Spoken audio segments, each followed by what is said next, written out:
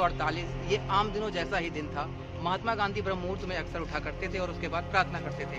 इस दिन भी महात्मा गांधी तकरीबन 3 बजे उठे और उन्होंने उठकर गर्म पेय पिया और कांग्रेस की जो जिम्मेदारियां थी उनको संभाला। उनके ऊपर तकरीबन 2 घंटे तक काम किया। इसके पहले भी उनके साथी उठ पाते। महात्मा गांधी दोबारा फिर सोने। इसके बाद गांधी जी तकरीबन 8 बजे सोकर उठे। सोकर उठने के बाद उन्होंने अखबारों पर नजर दौड़ाई। इसके बाद उनके सहयोगी ब्रजकाका ने उनकी तेल से मालिश करी। ये वक्त रहा होगा तकरीबन 10 बजे का।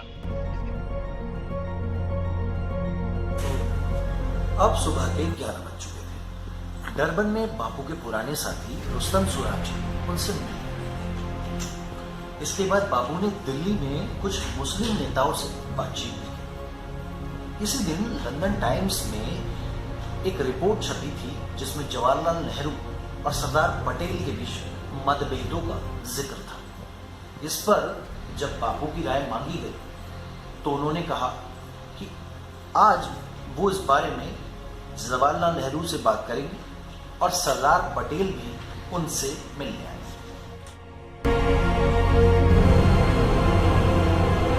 इधर नाथूराम गोडसे और उनके साथी बिरला हाउस के लिए निकलने वाले थे, मगर इसी बीच नाथूराम गोडसे ने कहा कि मेरा मन मूंगफली खाने का बन रहा है। इस पर उनकी साथी आपटे बाजार में मूंगफली ढूंढने निकल पड़े, लेकिन देखिए कि कहीं भी आपटे मूंगफली नहीं।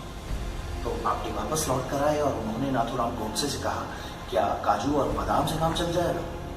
तो नाथूराम गोडसे बोले, मुझे सिर्फ मूंगफली ही चाहिए। इस पर आपटे जैसे तैसे बाजार से कहीं से किसी कोने से मूंगफली ढूंढ कर ले आए और नाथूराम गोडसे ने उस दिन जीप भरकर मूंगफली खाई। अब वक्त तकरीबन 4:15 बज चुका था। इधर गोडसे और उसके साथी बिरला हाउस जाने के लिए तैयार थे। सबसे पहले उनके साथियों ने कनॉट प्लेस जाने के लिए तांगा बुक किया। उनके साथी कनॉट प्लेस पहुंचे और उसके बाद उन्होंने दोबारा फिर से बिरला हाउस जाने के लिए तांगा बुक किया। बिरला हाउस पहुंचने से पहले तकरीबन 200 गज पहले उनके सभी साथी बजने में कुछ ही मिनट कम थे। बापू बिरला हाउस में प्रार्थना करने के लिए जा रहे थे। इधर नाथूराम गोडसे बापू के पैर छूने के लिए झुका। उनकी सहयोगी मनु को लगा कि बापू को देर हो रही है। उन्होंने कहा कि बापू को पहले भी देर हो रही थी, उनका रास्ता ना रोकें। नाथूराम गोडसे ने मनु को धक्का दिया।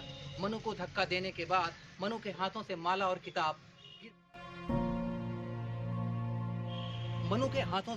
किताब गिरने के बाद नाथूराम गोडसे ने अपनी पिस्टल निकाल ली। नाथूराम गोडसे ने अपनी पिस्टल से बापू के सीने और पेट में एक के बाद एक 3 गोलियां उतार दी। नीचे गिरने लगा। अंतिम समय में बापू के मुंह से हेराम निकला। बापू को चारों तरफ सन्नाटा छा गया। लोगों को समझ नहीं आ रहा था कि आखिर